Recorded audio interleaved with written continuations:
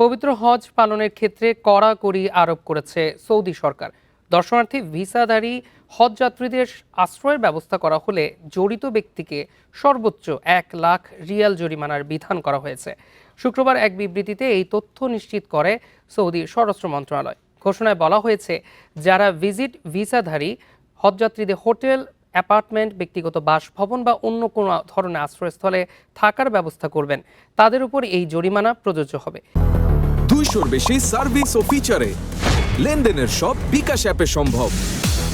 এছাড়াও যারা প্রয়োজনীয় অনুমোদন ছাড়া কোনো ব্যক্তিকে মক্কা বা অন্যান্য ধর্মীয় স্থানে লুকিয়ে থাকতে সহযোগিতা করবে, তাদেরও এই জরিমানার আওতায় আনা হবে বলে জানানো হয়েছে। বেশ কয়েক বছর আগে হজযাত্রীদের জন্য পৃথক হজ ভিসা চালু করেছে সৌদি আরব। এই হজ ভিসা ছাড়া দর্শনার্থী বা অন্য কোনো ভিসায় যদি কোনো ব্যক্তি হজ করতে আসেন, তাহলে তা অবৈধ বলে গণ্য করে সৌদি সরকার।